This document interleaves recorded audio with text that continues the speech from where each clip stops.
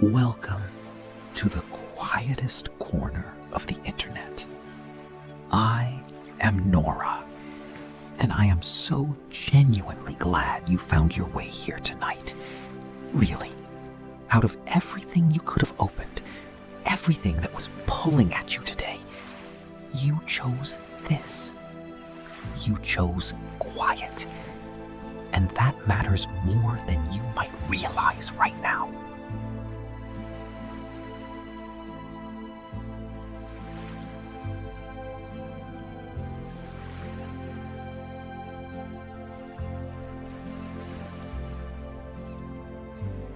Tonight, we are going somewhere very specific together. We are going to a small boatyard on the coast of Maine in November of 1973.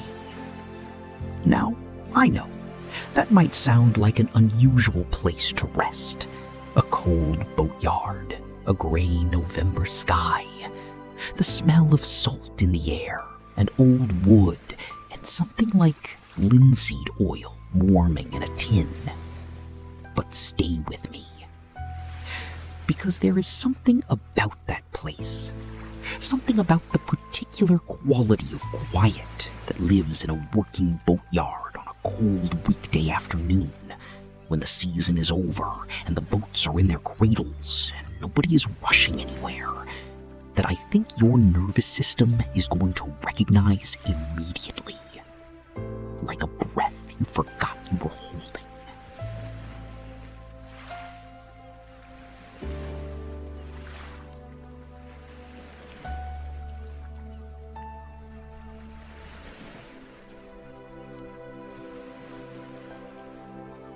That is where we are going tonight.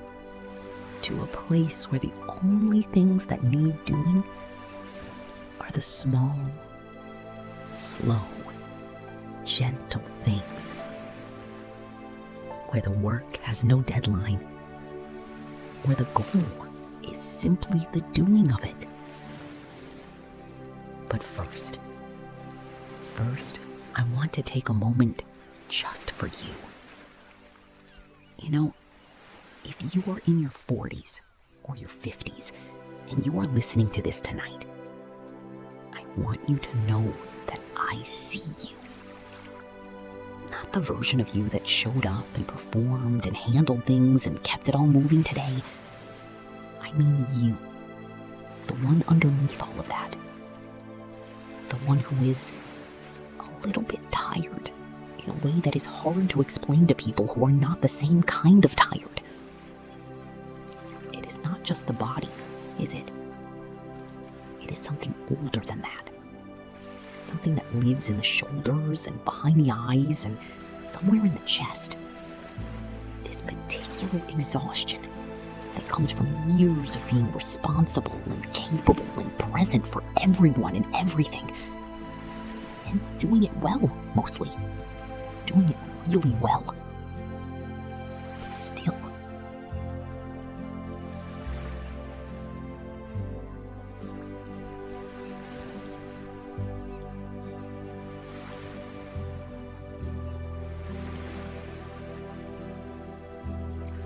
Maybe today was fine, technically.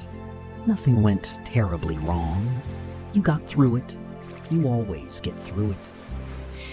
But somewhere around mid-afternoon, or maybe earlier, maybe right from the start of the morning, you felt it.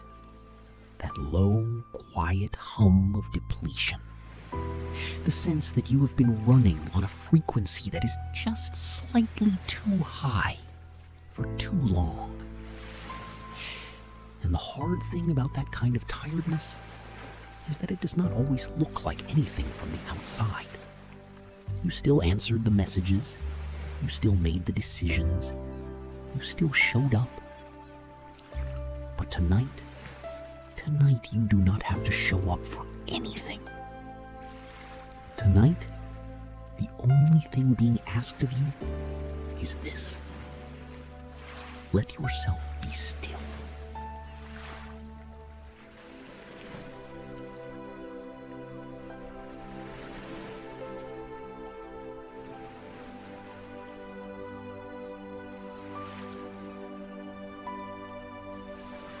So let us begin there, right where you are. I want you to take one long, slow breath in through your nose. Just let the air come in gently. Not a forced breath, not a performance, just an easy, natural inhale. And let it go. Let it go slowly through slightly parted lips, just releasing whatever shape the day put you in. Good.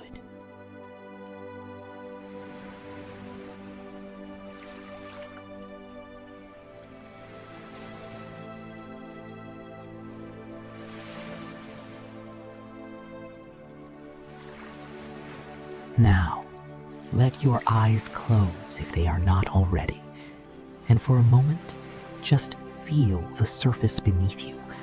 Whatever you are lying on or resting against tonight, feel its solidity. Feel that it is holding you, completely and without any effort on your part. You do not have to hold yourself up right now. Something else is doing that for you. Feel the weight of your head, the back of your skull, heavy and warm, sinking just a little further into the pillow. And your shoulders. Can you feel where they are right now? Most of us, by this time of night, are carrying our shoulders somewhere up around our ears without even noticing. So just let them go. Let them drop, even half a centimeter lower than they were a moment ago. That is enough. That is everything.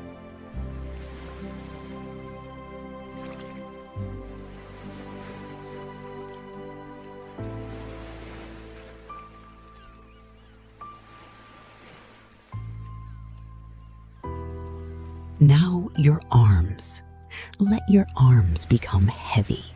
Not an uncomfortable heavy, a warm, settled, belonging kind of heavy. Like they have finally remembered that they do not need to reach for anything tonight. Nothing needs to be typed, or carried, or held, or handled. They can just rest. Along your sides, or across your body, however they have naturally fallen. Just let them stay exactly there. And your hands. Oh, your hands have worked today, even if you do not think of it that way, even if you did not do anything physical. Your hands have been doing things all day, holding, gripping, typing, carrying. Let them open just a little. Let your fingers soften and uncurl. Imagine the tension in your palms just dissolving, like warmth spreading from the center of each hand outward to each fingertip.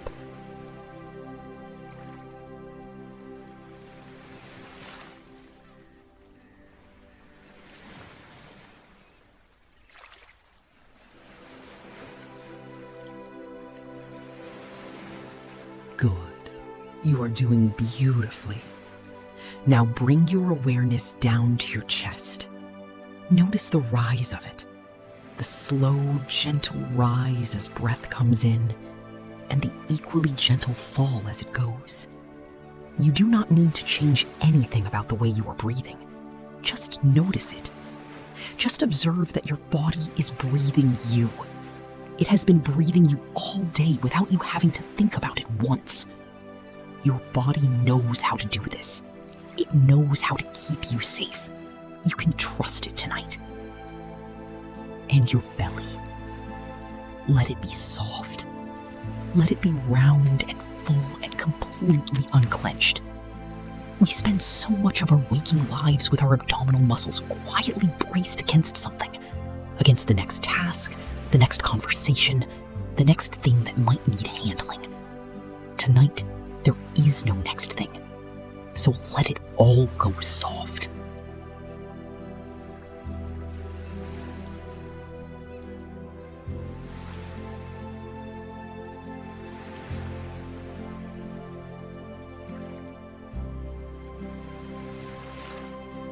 And now, your legs.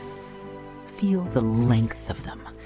Feel the weight of your thighs, your knees, your calves pressing gently down into whatever surface is beneath you. Let them be heavy, heavy and long and completely still. And your feet, all the way down to the soles of your feet, to your heels, to the soft pad of each toe. Let them fall open, outward, whichever way they want to go. And just notice the whole length of you, from the crown of your head to the tips of your toes, just how much of you there is to relax, and how good it feels when you actually let it happen.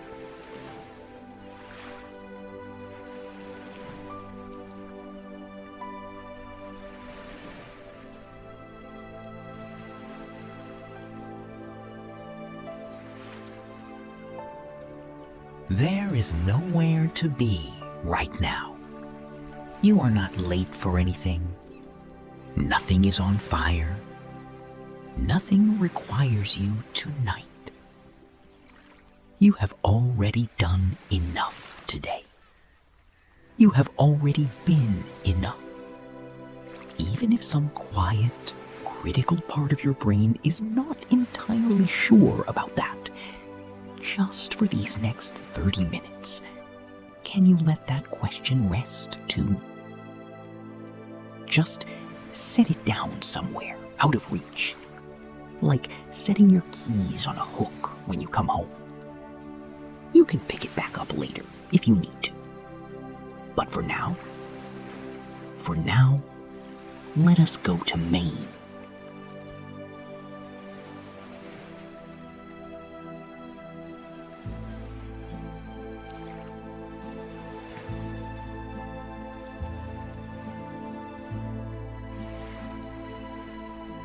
Let us go to that small, quiet boatyard, where the fog is already beginning to drift in off the water, where two people in their 50s have shown up, without any particular plan, on a gray November afternoon in 1973. And they are learning something, slowly, something that the season itself seems to be trying to teach them. That some of the most worthwhile things you can do with your time make no noise and leave no visible mark on the world. And that is exactly why they matter.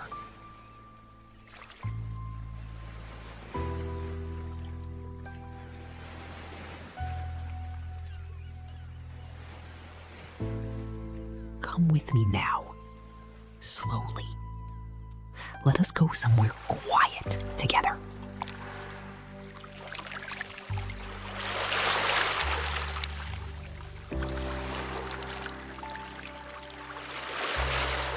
Picture the color of the sky first.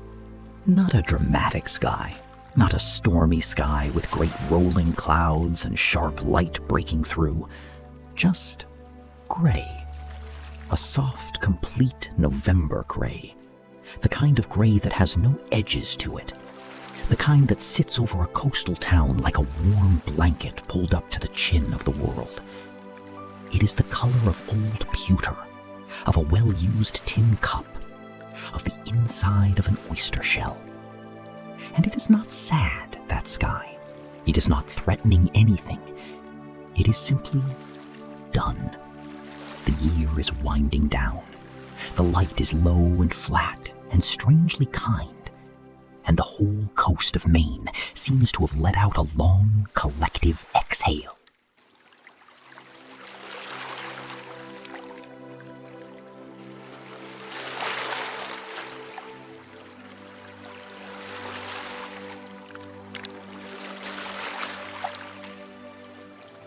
The boatyard sits at the end of a narrow gravel road, a road that most people who live in the nearest town could not tell you leads anywhere in particular. It is the kind of road that exists in a town's geography, the way certain quiet people exist in a room. Present, completely real, entirely overlooked by anyone in a hurry. The gravel is dark with the morning's rain. It catches the flat gray light and holds it, each small stone wet and quietly gleaming.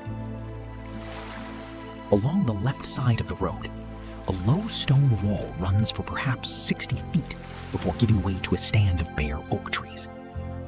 Their branches are nearly empty now, just a handful of copper-colored leaves still holding on at the tips, trembling very slightly in the cold salt air.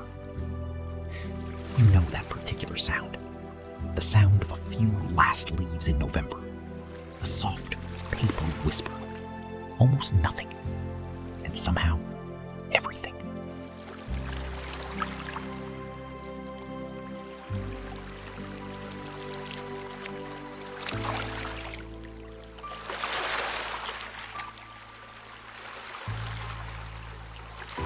At the end of the road, there is a wooden gate. It is painted white, or it was once painted white. Now it is the color of old cream and bare timber in roughly equal measure.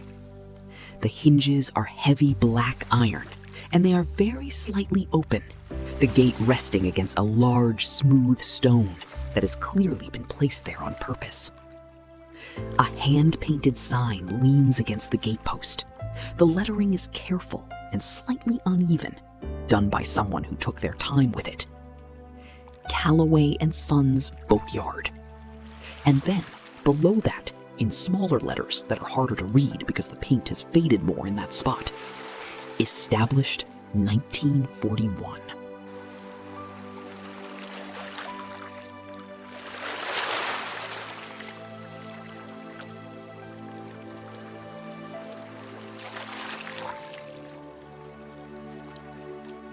Step through the gate now. Feel the gravel shift very slightly under your feet as you come through. It makes almost no sound, just a soft compression, a small settling. And breathe in. Oh, there it is. That smell. Salt air you already knew was coming, but underneath it, something else. Something warmer and more particular. Linseed oil, teak. Old rope dried and re-wetted so many times it has developed a smell entirely its own. Something like the ocean, and something like the inside of a very old wooden chest. And beneath even that, wood shavings, fresh ones, pale and cold like small sleeping creatures along the base of the nearest boat cradle, because someone has been working here today, carefully, unhurriedly, with a hand blade.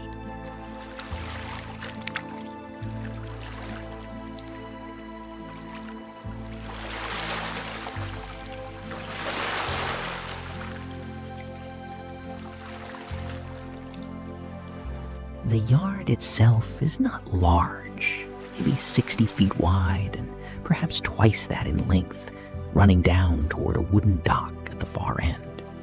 The dock extends maybe 40 feet out over water that is today the color of old slate, perfectly calm, barely moving. In the yard, there are 7 boats in their cradles, 7 wooden boats resting in their timber frames like creatures in winter sleep. They range in size from a small dinghy, maybe 12 feet long, its hull the color of faded red paint, up to a proper sailing sloop near the far left of the yard, perhaps 30 feet from bow to stern, her hull a deep navy blue below the waterline and cream above, with patches where the paint is worn through to bare golden teak. She is the one that will matter tonight, but we will get to her in a moment. For now, just look at all of them, all 7 boats, resting here through the long off-season, patient as stones.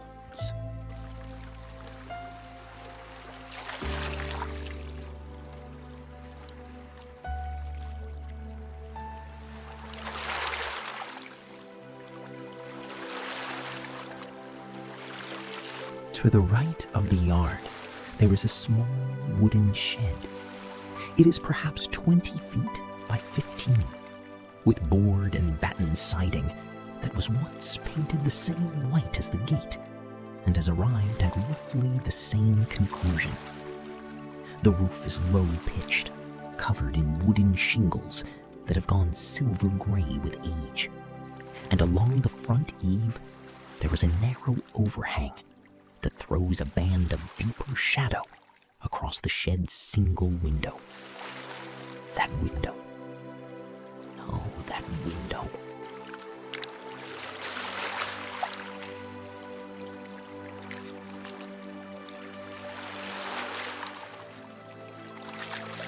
From where you are standing at the gate, you can already see it. A warm, amber light from inside, pressing out through the old glass, which is slightly wavy, the way old glass always is. The kind of glass that makes the light move and breathe as you shift your gaze. Someone has been inside that shed for a while. The light says so. The faint thread of warmth that you can almost detect even from this distance says so. And if you listen very carefully, if you let the sound of the distant water and the occasional soft knock of a loose rope against a mast pole fall into the background, you can just barely hear it. A transistor radio, somewhere inside that shed, playing something soft and unhurried. The signal coming and going very slightly as the station does what radio stations did in 1973, wander in and out of clarity like a voice in the next room. Present enough to feel companionable, indistinct enough to be nothing but texture.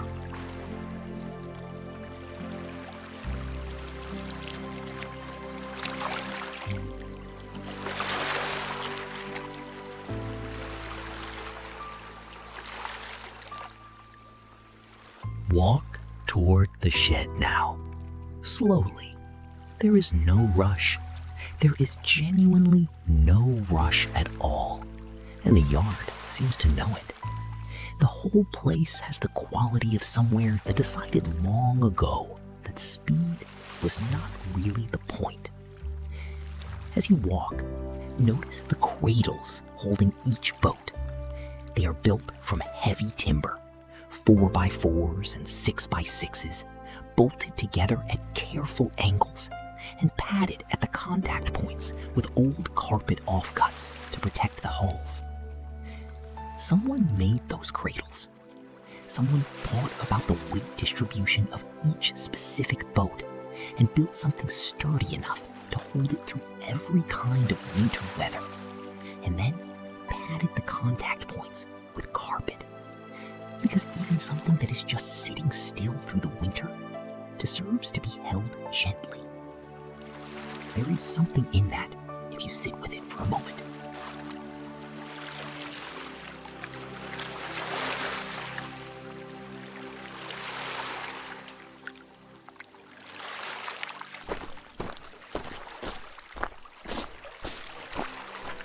The ground between the cradles is a mix of gravel and bare packed earth. Here and there, patches of dark green moss have established themselves along the base of the shed wall and at the foot of one or two of the timber cradle legs. The moss is very bright against the gray of everything else. A quiet, insistent, living green. A few tools are laid out near the big sloop. A wooden-handled caulking mallet resting on its side, several small glass jars, the kind that once held preserves, now holding different grades of oil and varnish, their lids sitting loosely beside them. A stack of cotton rags, properly washed and folded into near squares, sitting on an upturned wooden crate. Somebody brought clean rags to a boatyard on a cold November afternoon. Somebody thought, I will wash those rags tonight so they are ready tomorrow.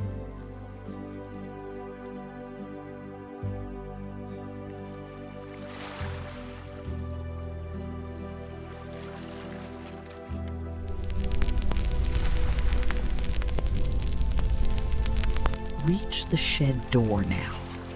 It is a plank door, 5 panels, with a black iron latch. The latch is the pull kind, the sort where you lift a small bar and the door swings toward you. Lift it now. Feel the cold of the iron against your fingers, just for a moment. The kind of cold that is sharp and real and grounding. And pull the door open.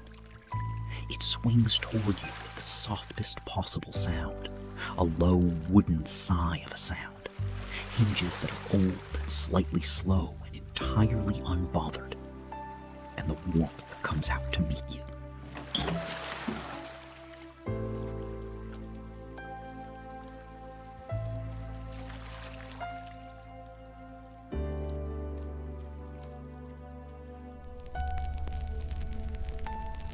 Oh, it is warm in here. Not an aggressive warmth.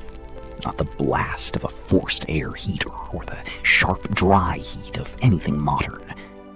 The warmth of a small cast iron stove that has been burning since early morning and has reached a steady, settled, absolutely reliable temperature that it intends to maintain indefinitely. The stove is in the far left corner of the shed. It is a small potbelly style, the kind with stubby legs and a round belly and a cast iron door with a simple latch. Through the small vent slots in the door, you can see the orange-red glow of the coals inside. A slow, continuous pulse of light, like a very quiet heartbeat. There is a stack of split wood along the wall to the left of it, neat and dry, enough for several days.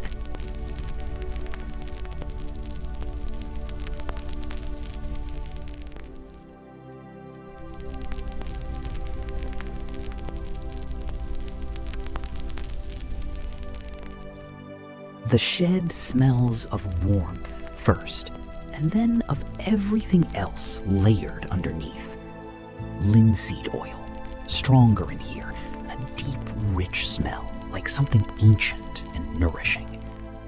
Old rope, timber, the particular smell of a space that has been used for careful, skilled, quiet work for decades. Somewhere underneath all of that, just barely, the ghost of tobacco from someone who used to smoke a pipe in here long ago and whose presence has never entirely left.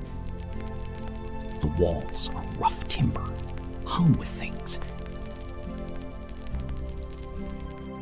A large nautical chart of the Maine coast, pinned at all four corners and annotated in pencil. Handwritten notes in two different sets of handwriting along the margins. Penciled routes and depth markings, and a small star drawn near one particular cove with the word sheltered written beside it in careful block letters. Coils of rope in 3 different weights hung on large iron hooks. A row of brass fittings on a pegboard, each one cleaned and waiting. Several wooden-handled tools in a rack, chisels, a spoke shave, a small draw knife, a collection of files in graduating sizes.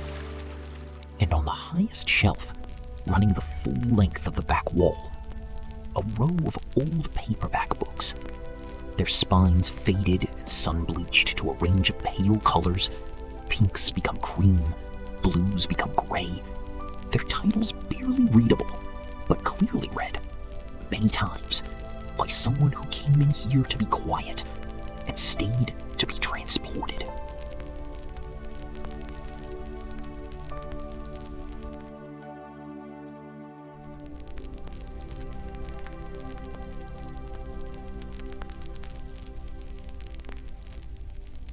The transistor radio sits on a wooden shelf just to the right of the window.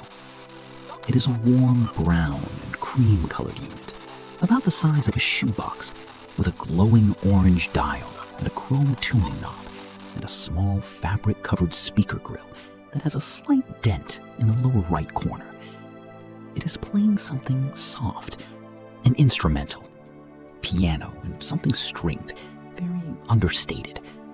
The signal holds for a few bars and then wanders slightly, a faint wash of static that lasts less than a second, and then the music comes back, steady and warm, as if it never left. On the workbench below the window, 2 ceramic mugs. 2 mismatched ceramic mugs, both steaming. One is a deep forest green with a small chip on the handle. The chip worn smooth and rounded by years of being held in exactly the same way by the same hand. The other is cream-colored with a faded blue band around the middle, the kind of mug that started life as part of a set and has become something far more individual by the simple accumulation of time. Both of them are steaming, which means someone made 2 cups of tea not very long ago, and they are waiting for whoever those cups were made for to come back inside from the cold.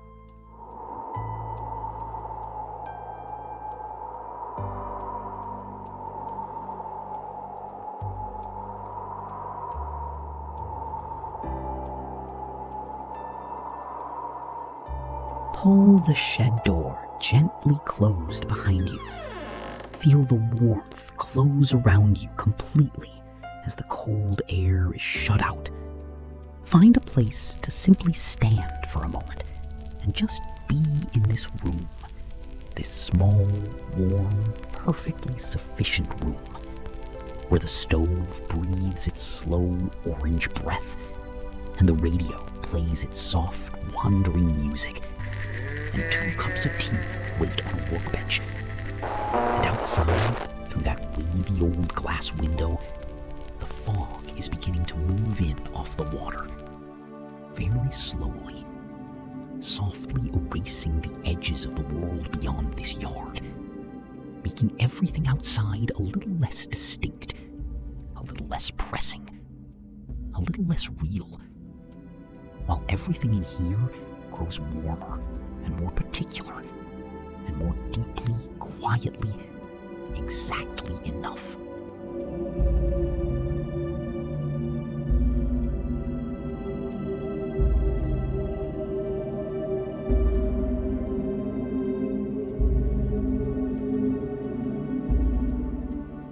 And now we should probably meet the 2 people whose afternoon this is.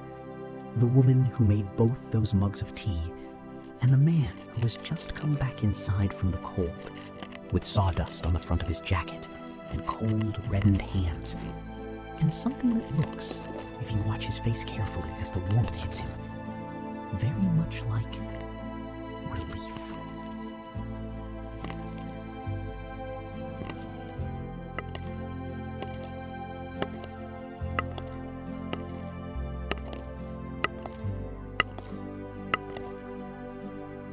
Her name is Margot Ellison, and she has been standing at that workbench for the last several minutes, not doing anything in particular, just standing there, with both hands wrapped around her green ceramic mug, the one with the chipped handle that fits so perfectly against the specific curve of her thumb that she stopped noticing the chip years ago.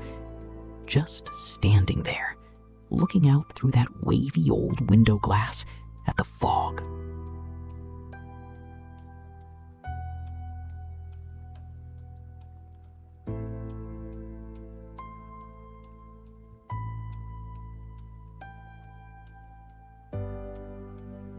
Margot is 52 years old. She has the kind of face that spent its 30s looking determined, and its 40s looking capable, and has arrived at its 50s looking unexpectedly like it might be considering the possibility of something gentler. Her hair is dark, with threads of silver in it now, pulled back in a practical way that she has not thought about since she did it this morning. She is wearing a dark green wool sweater that is slightly too large for her, the sleeves pushed up to the elbows in the warmth of the shed, and canvas work trousers and boots that have seen considerably better days and that she loves with a specific and uncomplicated love. She used to wear very particular shoes to work, very considered, deliberate shoes that said things about her before she even spoke. She does not miss that exactly, but she notices the absence of it sometimes, the way you notice a piece of furniture that has been moved, a slight recalibration of where things are.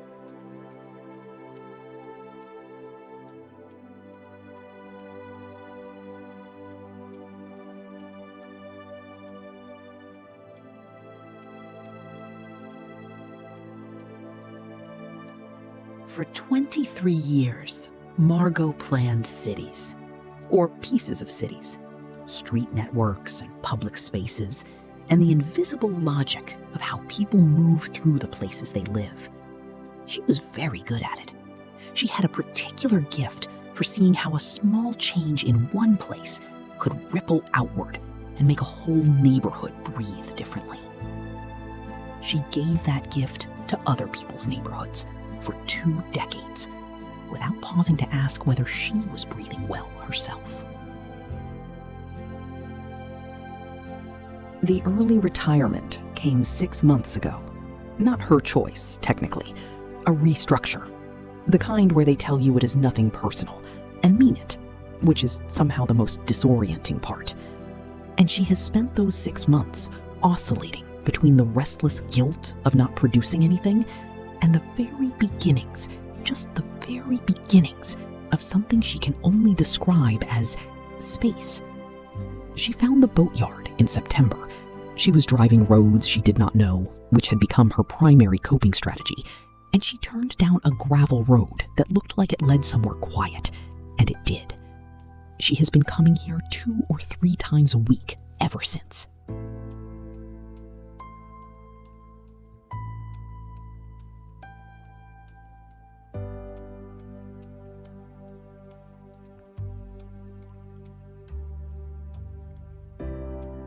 She is thinking about none of this right now.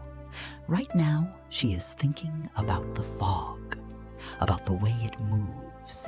Not like water, exactly, though it is water, in a sense. More like something breathing, like the ocean is exhaling very slowly, and the breath is visible today. She takes a sip of her tea. The tea is a loose-leaf blend she found at a small shop in town. Lapsang Souchong, mostly, which has a smoky, almost woody quality that seems exactly right for a boatyard on a cold afternoon. A little honey, nothing else. The warmth of it moves through her chest in a way that is almost startlingly pleasant.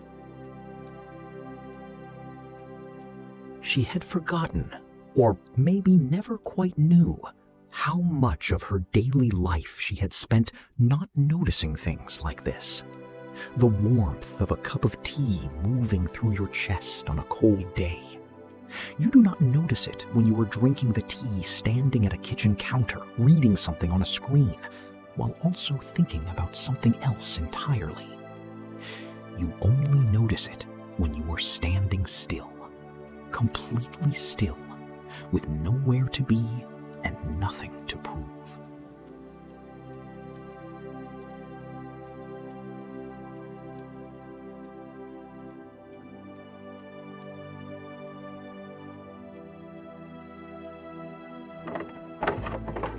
The shed door opens behind her. That same low wooden sigh of a sound. And a rush of cold air comes in, brief and sharp, and smelling of salt and wet gravel and fresh wood shavings. And then the door closes again, and the warmth settles back. Still foggy, Owen says, not really asking. Getting foggier, Margot says, not really answering.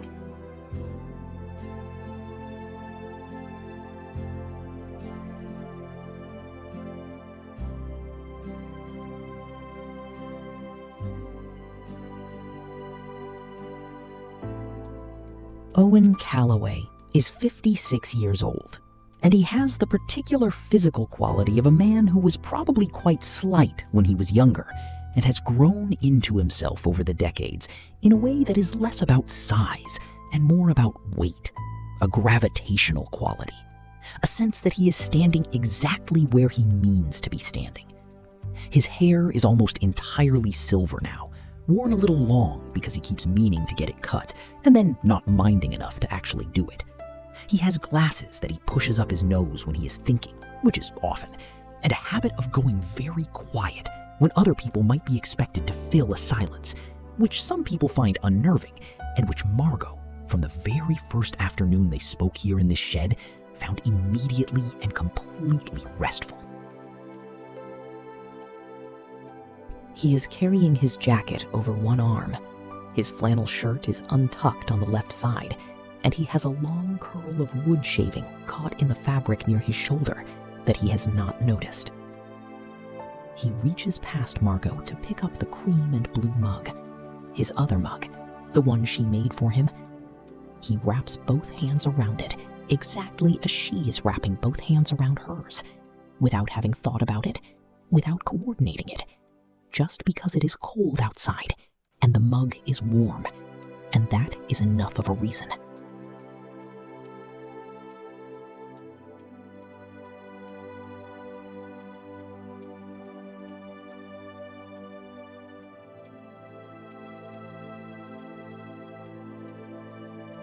The stern section is coming along, he says, after a moment.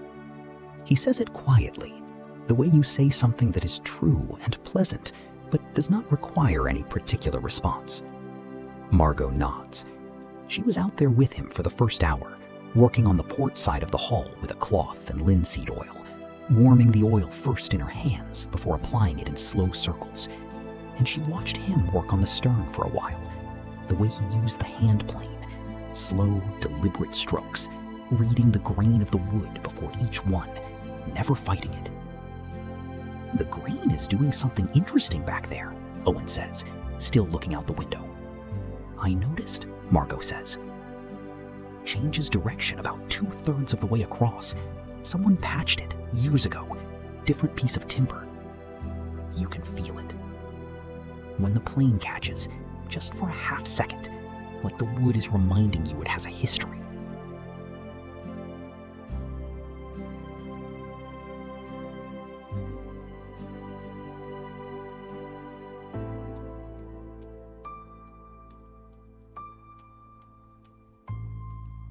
This is how they talk, the two of them.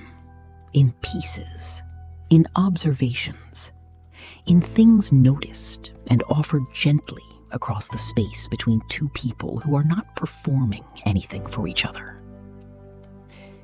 They met here in September, on the same afternoon Margot first found the yard.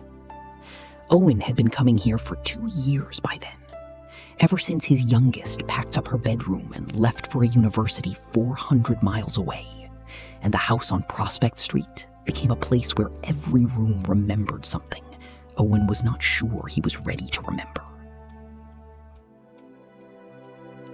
He had found the boat, the big sloop, the navy and cream one with the bare teak patches, at a small yard auction in early 2019. She was called the Beatrice. The name was still faintly legible in gold lettering on the stern, though the paint had faded to barely a suggestion of letters. He had never owned a boat before in his life. He had bought her because she was beautiful, and because she needed someone, and because he was 54 years old and had spent his whole career teaching other people about the history of things that moved across water, without ever letting himself be moved by much at all.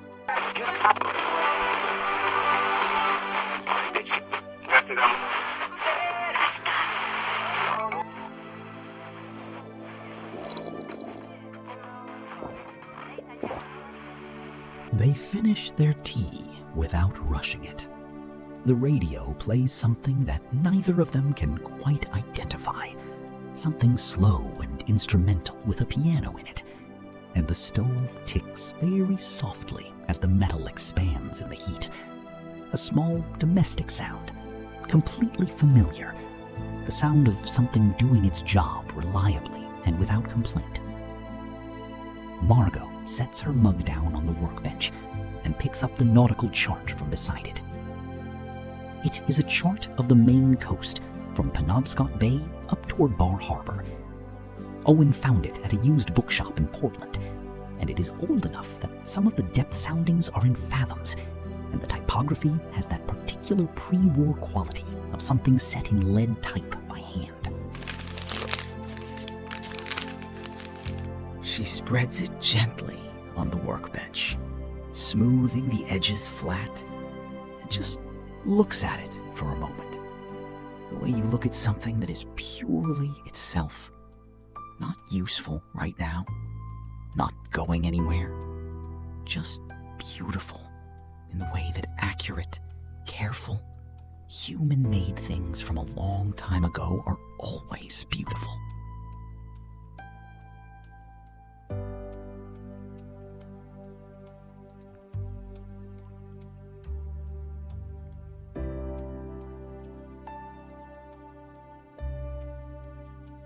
Where would you go? Margot says, not quite a question. Owen comes and stands beside her at the workbench, looking down at the chart. He does not answer immediately. He studies it in the same slow way he studies the wood grain on the Beatrice. His finger moves to a small cove on the eastern side of Deer Isle. No annotation on the chart, just the contour lines of the coastline and the depth markings offshore. Here, he says. There is almost nothing there. A few lobster boats in season, a small beach, pine trees right down to the water.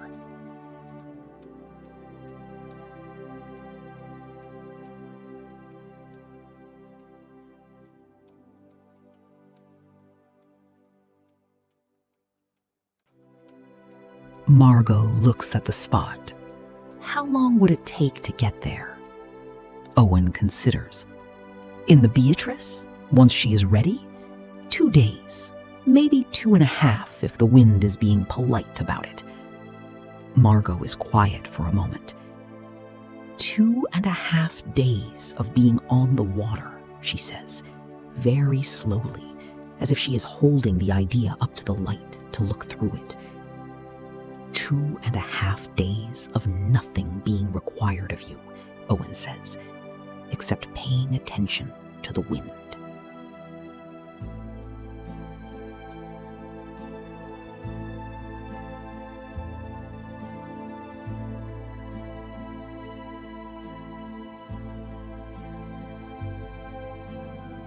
They both look at the small cove on the old chart for another long moment, and then Margot carefully rolls the chart back up and sets it against the wall, and Owen opens the stove door with a folded cloth and adds 2 pieces of wood from the stack, setting them in with the same deliberate care he uses for everything, and the stove brightens briefly as the new wood catches, a warm orange pulse of light that moves across the shed walls and ceiling for a moment like a slow breath, and then they go back outside.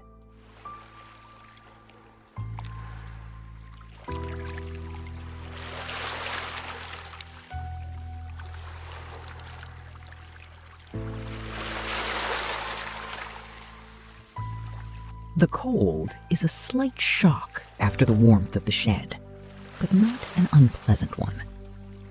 It is the kind of cold that makes you feel the edges of yourself clearly, where your skin is, where the air begins.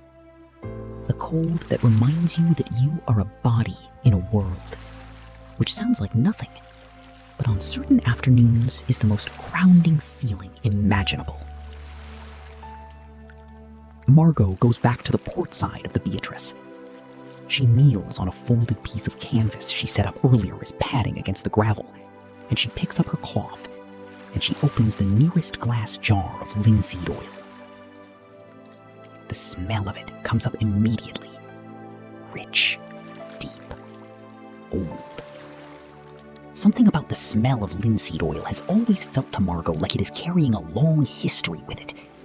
Decades of hands that worked with this same substance on this same type of wood for this same purpose. Feeding a hole, keeping it from drying and splitting, giving it what it needs to remain whole.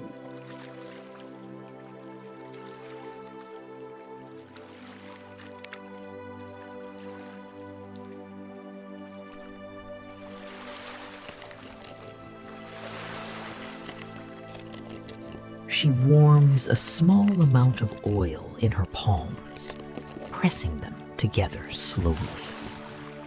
The oil is cold when it first touches her skin, slightly viscous, and then the warmth of her hands begins to change it, loosening it, making it more willing. And she presses both palms against the hull. And she begins. Long, slow circles, starting near the waterline and working upward in sections, overlapping each pass by half a width so nothing is missed. The wood drinks it in almost immediately. She can see the color of the hull deepening slightly under her hands, the bare teak sections warming from pale gold to a richer amber as the oil penetrates. Not a dramatic change, not something you would notice from a distance, but right here, with your hands on the wood, you can feel the difference. A slight change in the surface, a softening, the wood becoming a little more itself, a little more the thing it was always meant to be before weather and time and neglect got to it.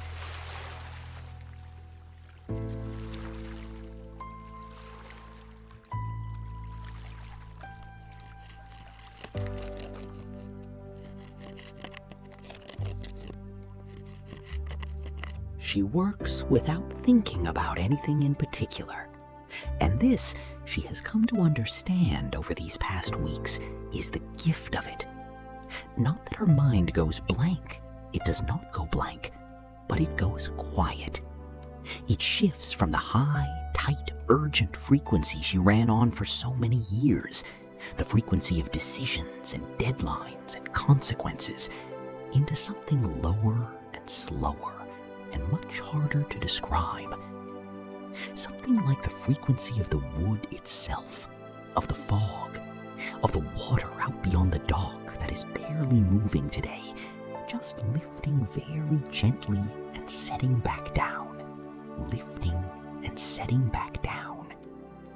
Her hands move, her breath moves, the oil feeds the wood, the fog moves in. And nothing is required of her except the next slow circle.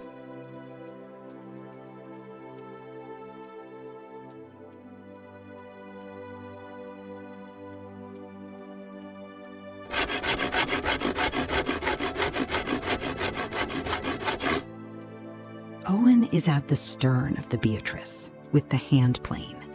He works standing up, one foot slightly forward, the plane held in both hands, reading the surface of the wood before each stroke, the way you might read a sentence before you speak it aloud.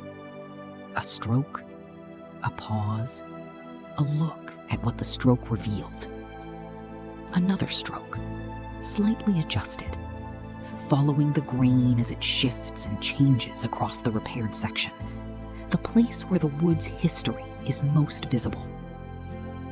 The sound of the hand plane is the softest possible sound, a gentle shh each time the blade passes over the surface, almost a whisper, almost the sound of something being gently reassured.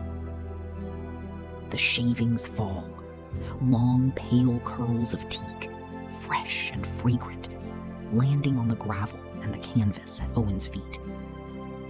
He does not hurry. He has nowhere to be until tomorrow morning's first class, and even that feels, right now, very far away and not particularly urgent.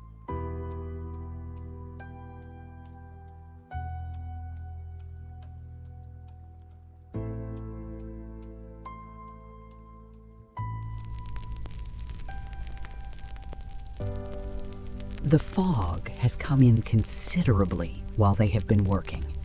The dock at the far end of the yard is still visible, but the water beyond it has disappeared into white-gray softness. The horizon is gone entirely. The world beyond the boatyard has been quietly and completely erased. And the yard itself feels smaller because of it, more contained, more like a room than an outdoor space. A good smaller, a safe smaller, the kind of smaller that feels like being held rather than confined. The other boats in their cradles are softened by the fog, their shapes slightly blurred, like photographs taken with a very gentle hand. The amber light from the shed window is brighter now against the gray, a fixed warm point in a world that is becoming progressively more diffuse and soft and close.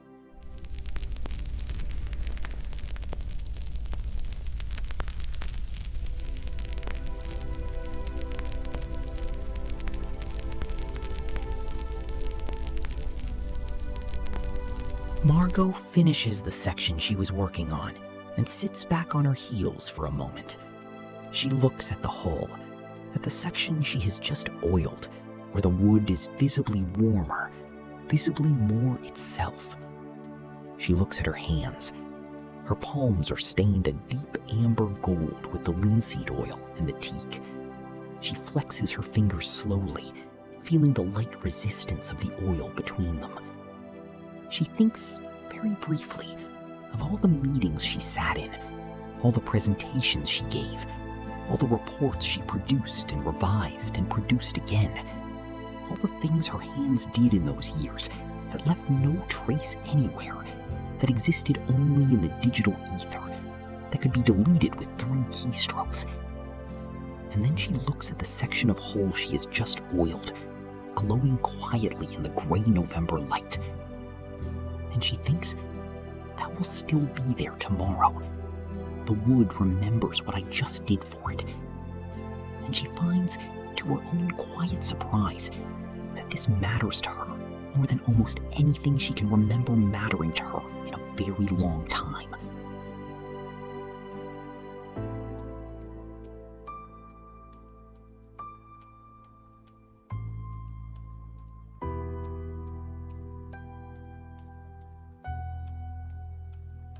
Owen speaks from around the stern of the boat.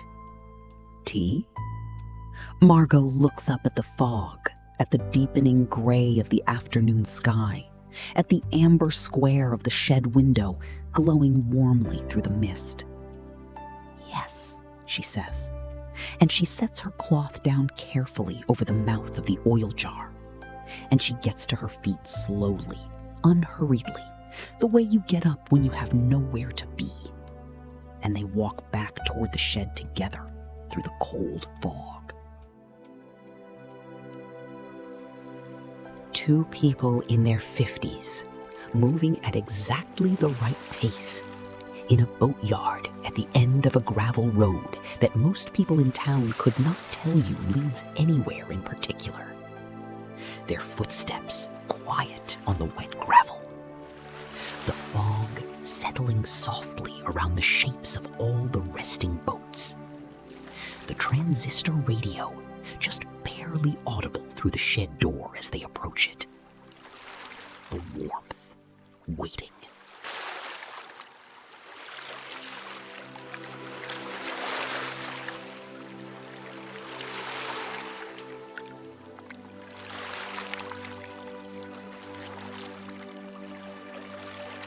And somewhere out beyond the dock, invisible now behind the fog, the ocean lifts very gently and sets back down, and lifts and sets back down, patient and unhurried and entirely, completely itself, just as it has always been.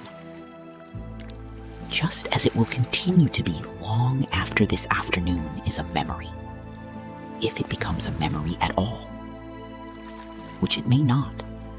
It may simply become part of the texture of these 2 lives, unrecorded, unannounced, just quietly real, the way the best things usually are.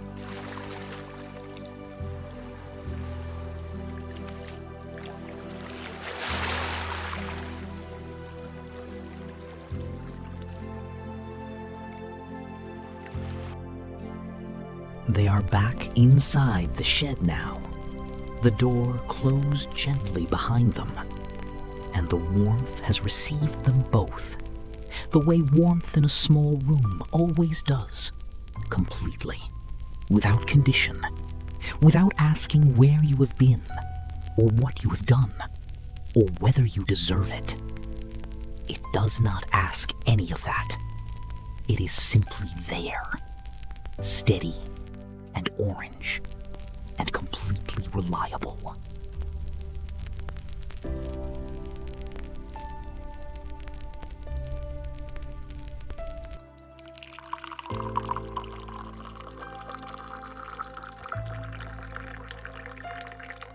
Owen fills the small tin kettle from a water jug on the lower shelf. He sets it on the flat top surface of the potbelly stove with both hands, settling it carefully onto the cast iron, finding the spot where it sits most evenly. The kettle is old, dented at the base on one side from some long ago incident that neither Owen nor the kettle has any reason to revisit. Its handle is wrapped in a double layer of electrical tape, black, practical, entirely without aesthetic concern. He steps back, and they both wait.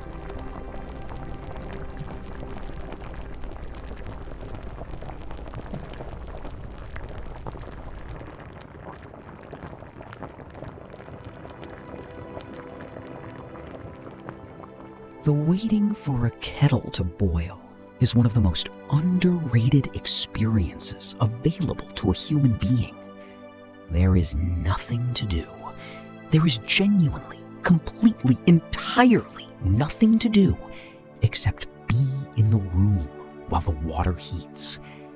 You cannot hurry it. You cannot optimize it.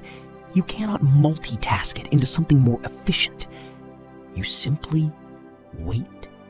And the waiting is not empty. It is full of the sound of the stove ticking softly, and the radio playing its soft, wandering music, and the fog pressing gently against the window outside, and the smell of the shed, and the weight of your own body standing comfortably in a warm room after an afternoon of slow, good work. The waiting is, if you let it be, one of the most complete feelings you can have.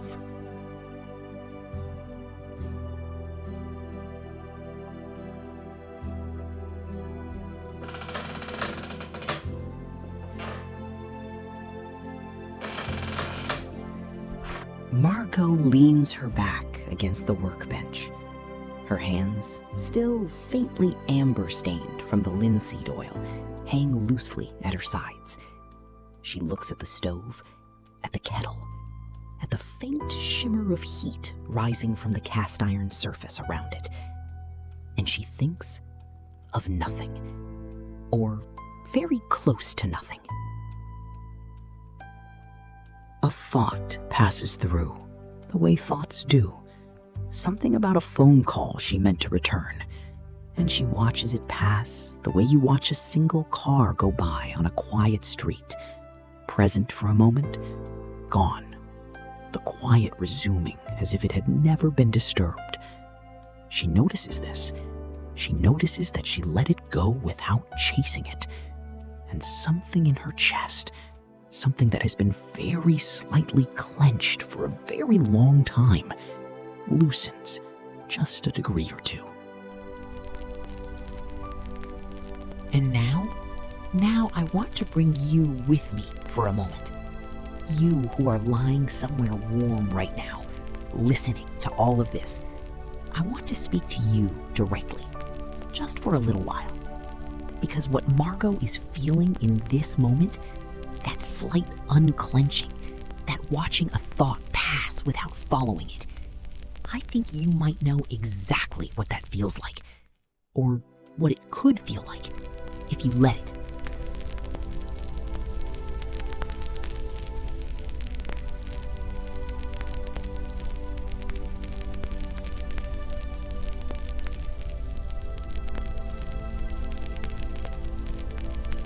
You have been so productive, not just today, over years, over decades maybe.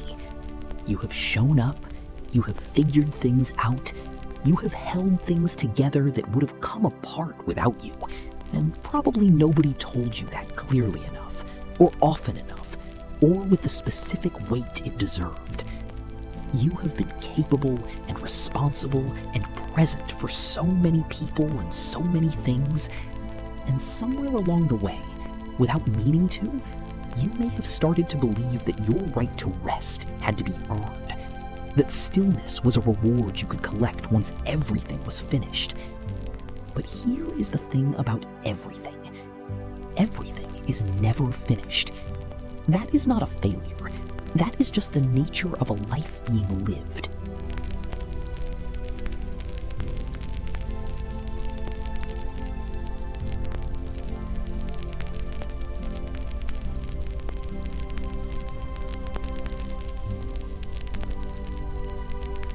So tonight, I want to offer you something simple.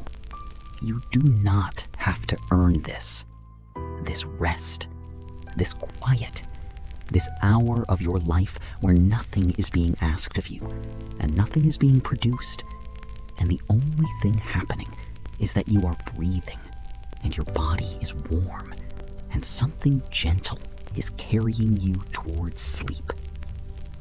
You do not have to earn it.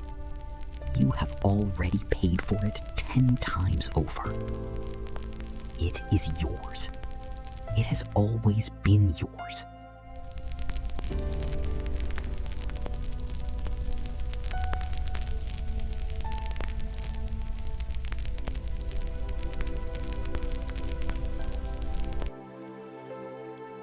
You are allowed to be like Margot right now, leaning against a workbench in a warm shed, watching a kettle that is in no hurry, your hands amber-stained from an afternoon of doing something slow and good and entirely without consequence. You are allowed to have given yourself this afternoon.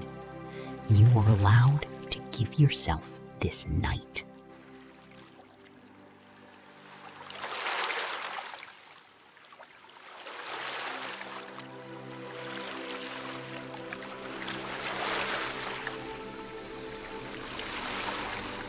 The kettle begins to speak now. It starts as the faintest possible sound, a low, barely audible hiss from somewhere inside the metal, as the first small bubbles form at the bottom and rise and dissolve before they reach the surface.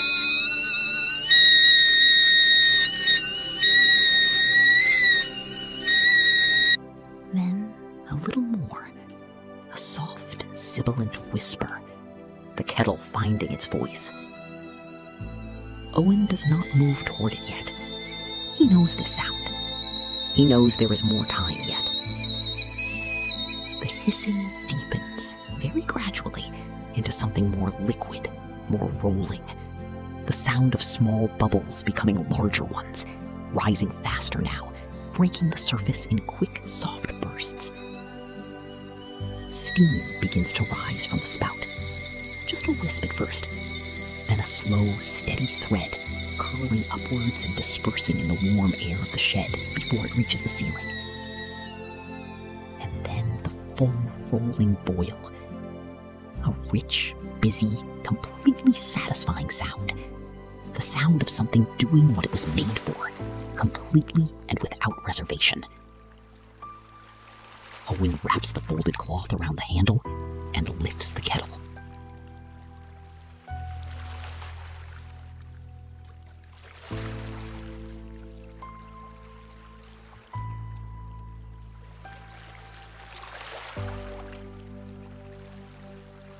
He pours the water over the loose-leaf tea in the small ceramic pot between them. The steam rises in a full, generous cloud. The smell of the lapsang souchong blooms immediately into the warm air of the shed. That smoky, woody, deeply comforting smell, wrapping itself around everything. They wait for it to steep. 3 minutes. Maybe 4. Neither of them has a watch on right now. Neither of them needs one. The pot sits between them on the workbench, steaming gently. The radio plays. The stove ticks. The fog presses softly at the window. And outside, very faintly, the ocean lifts and settles in its own time. On its own terms, indifferent to clocks and deadlines and the particular anxieties of human beings who have spent their lives convinced that time is running out.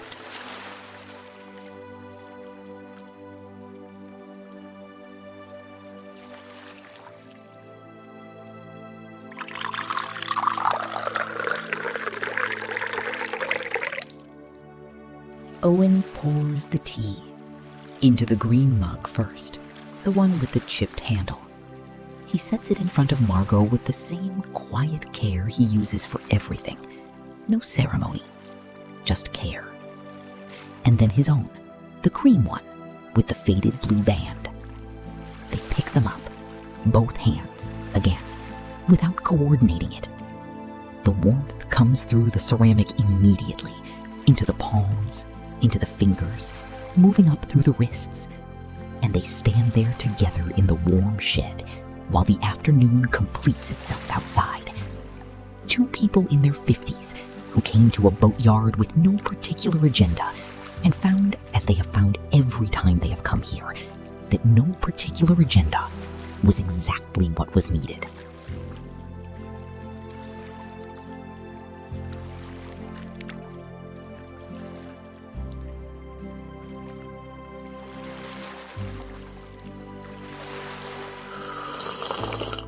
Margot takes a slow sip of her tea. The smoky warmth of it moves through her, and she thinks, not in words exactly, more in a feeling. She thinks about the hull of the Beatrice, about the section she oiled today, about the way the wood drank it in, about how the oil does not transform the wood into something it is not. It simply helps the wood be more fully what it already is. Fed, whole, resilient, ready. She holds the thought gently, the way she held the warmth of the oil between her palms. And she wonders, very quietly, if that is what rest does. Not change you into something different, not fix anything exactly. Just let you be more fully what you already are. Fed, whole, resilient, ready.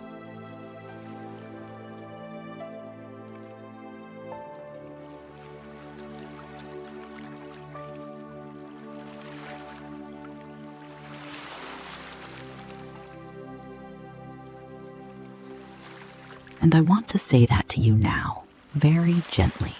And I want you to actually let it land somewhere real. You do not need to be fixed tonight. You are not a problem to be solved. You are not behind. You are not failing at rest or failing at peace or failing at any of the things that the quieter, more self-critical part of your mind sometimes tries to convince you that you are failing at. You are simply a person who has carried a great deal and who is, right now, in this moment, setting some of it down. And that is enough. That is more than enough. That is everything.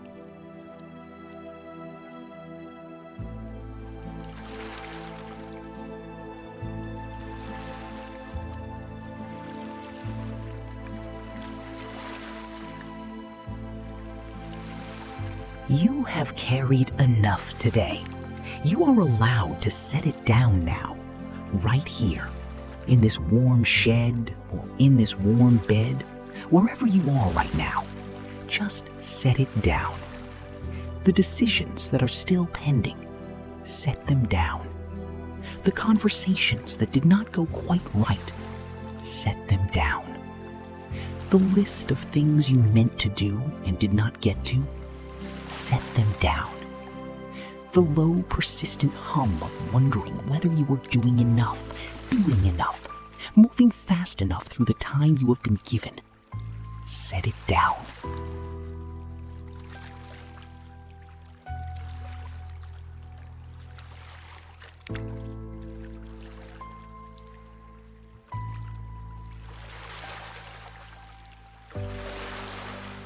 You are allowed to just be here.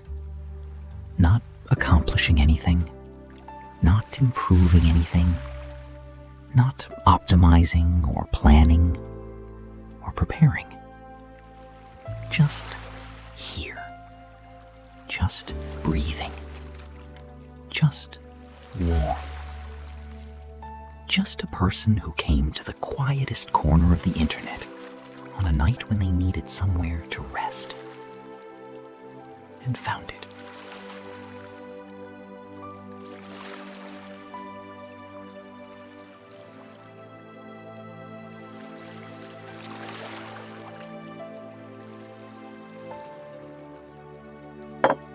Owen sets his empty mug down on the workbench with a small, soft sound.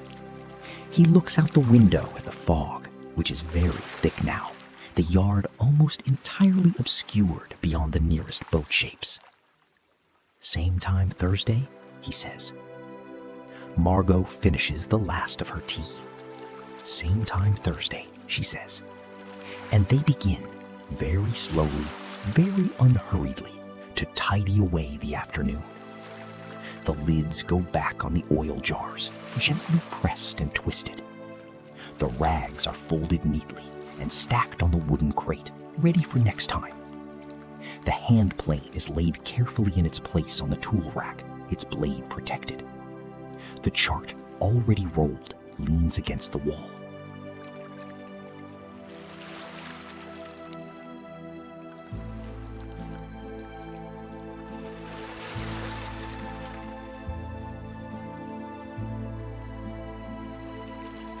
Owen banks the stove for the night.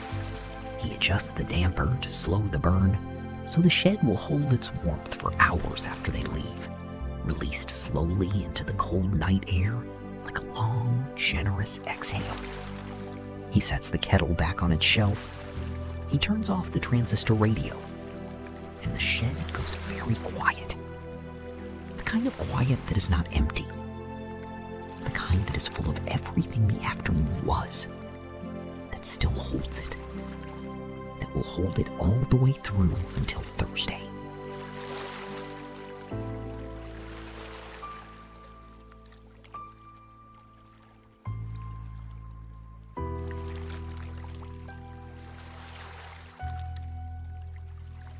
Margot turns off the bare bulb light, and for just a moment, before she opens the door, she stands in the near darkness of the shed and breathes in the smell of it one more time.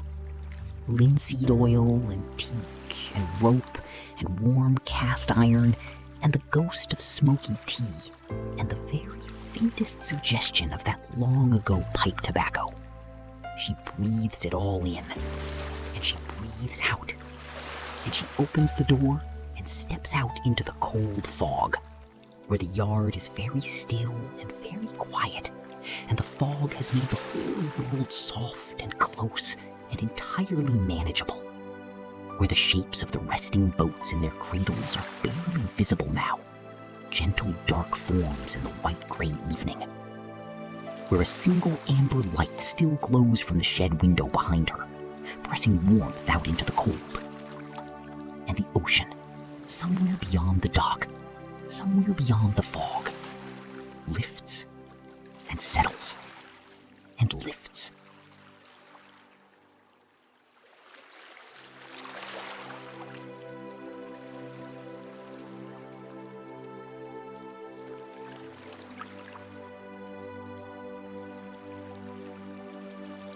The story is settling now, the way the shed will settle tonight after they have gone, after the door has been pulled closed for the last time, and the amber light has been switched off, and the boatyard has been returned to the fog and the dark and the cold. It will settle into itself, quietly, completely.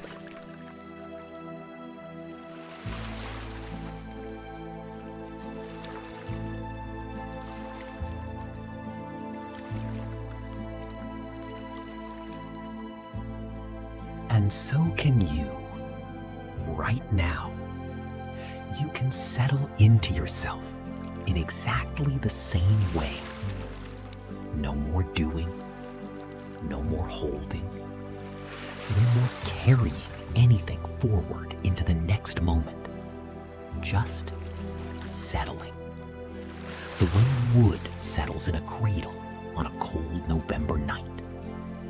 Patient, safe, held.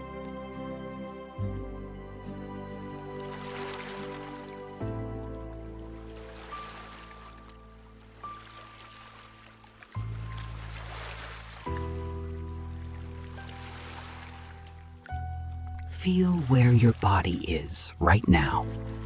Feel the surface beneath you, holding you completely. You do not have to hold yourself up.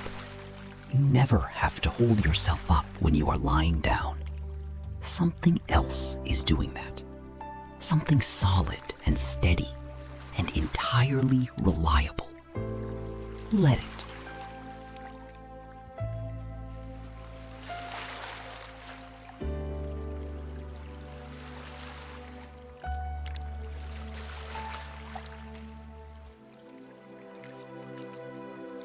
Feel the weight of your arms, heavy now, warm and heavy and completely still. Feel the weight of your legs, long and heavy and going nowhere. Going nowhere tonight, except deeper. Deeper into this. Deeper into the quiet.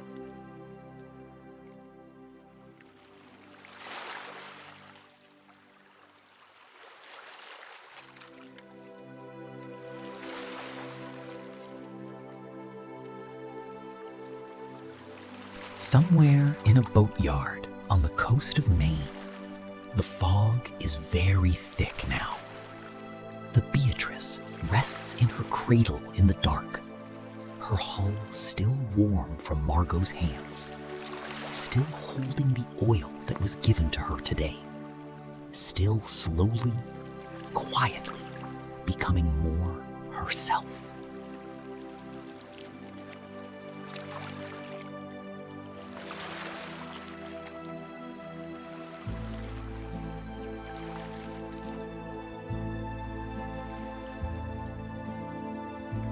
And the shed holds its warmth in the dark, the stove still breathing its slow orange breath behind the cast iron door, the two mismatched mugs on the workbench, the nautical chart leaning against the wall, the small cove on Deer Isle marked by Owen's finger, waiting, patient, going nowhere.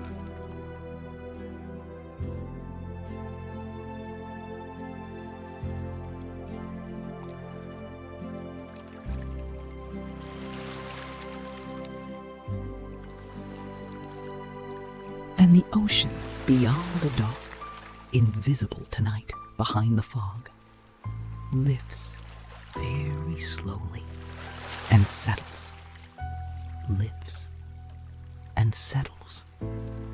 That sound, just that sound, let it be the only thing.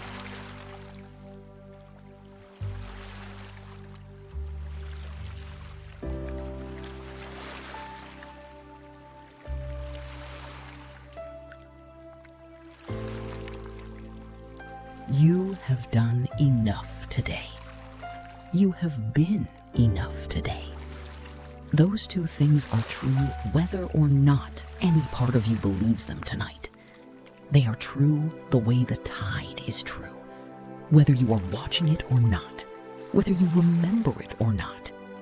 Simply, quietly, completely true.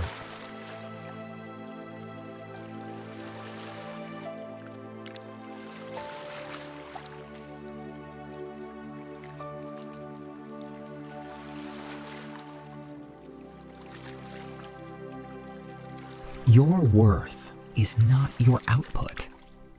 Let that land somewhere soft in you tonight. Your worth is not your productivity, not your usefulness, not the length of what you accomplished. You are worthy of rest simply because you are here, simply because you were breathing. Simply because you showed up to this quiet place tonight and said, yes, I need somewhere to land. And you landed.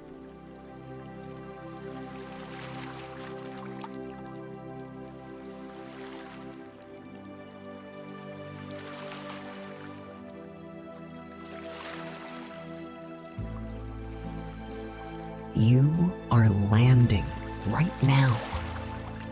Feel it. The slow, soft landing of a body releasing the last of what it was holding. The shoulders letting go.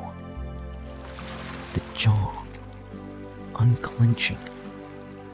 The space behind your eyes going dark and soft and still.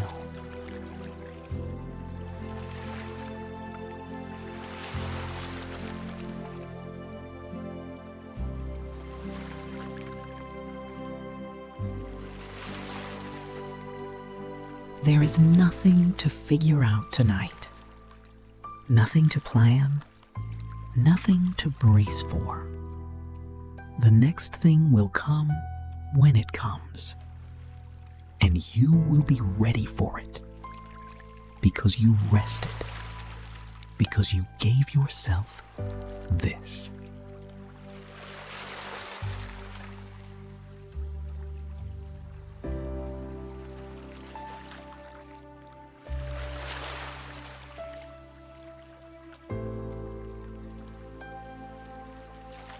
For now, there is only this, the weight of you, the warmth around you, the slow sound of something vast and patient, lifting and settling, lifting and settling.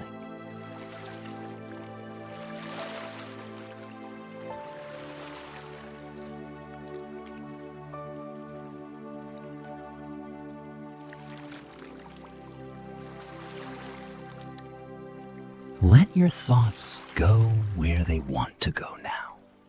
Don't follow them. Just watch them drift. The way the fog drifts. Soft, directionless, going nowhere in particular. Just moving. Just existing. Just fall.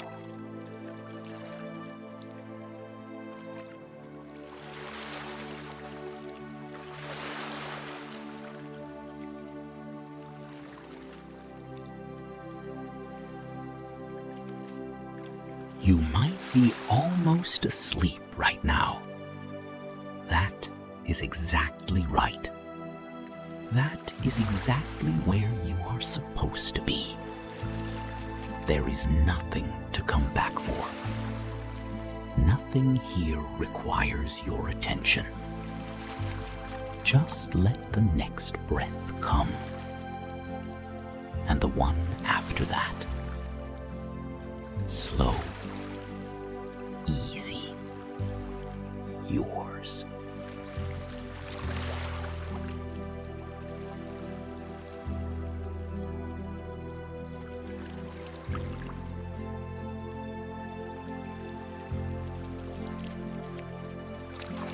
The Boatyard is asleep now. The Beatrice is asleep. The fog has covered everything in something soft. Something that asks nothing. Something that simply holds.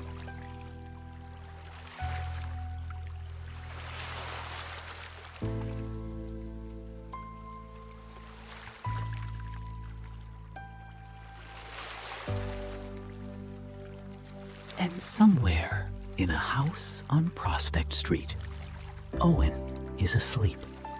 His nautical charts rolled on the desk in the next room. His glasses folded on the nightstand. His hands at rest at last. And Margot is somewhere quiet too. her hands still faintly amber in the dark, still carrying the memory of wood that drank what she gave it, still warm.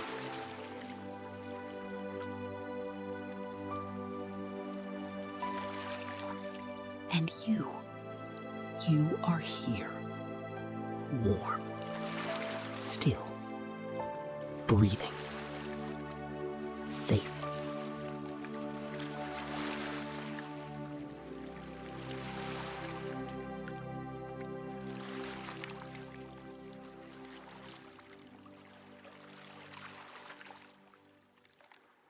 Let the next story carry you now. There is no need to reach for anything. No need to touch the screen. No need to come back up toward waking. Just let the playlist roll. Let the next quiet place find you. There are so many quiet places waiting, and you can visit every one of them tonight and every night. They will all be here whenever you need somewhere to land. For now, just the ocean, far away, lifting, settling, lifting, settling. The fog, the dark, the warmth, your breath, in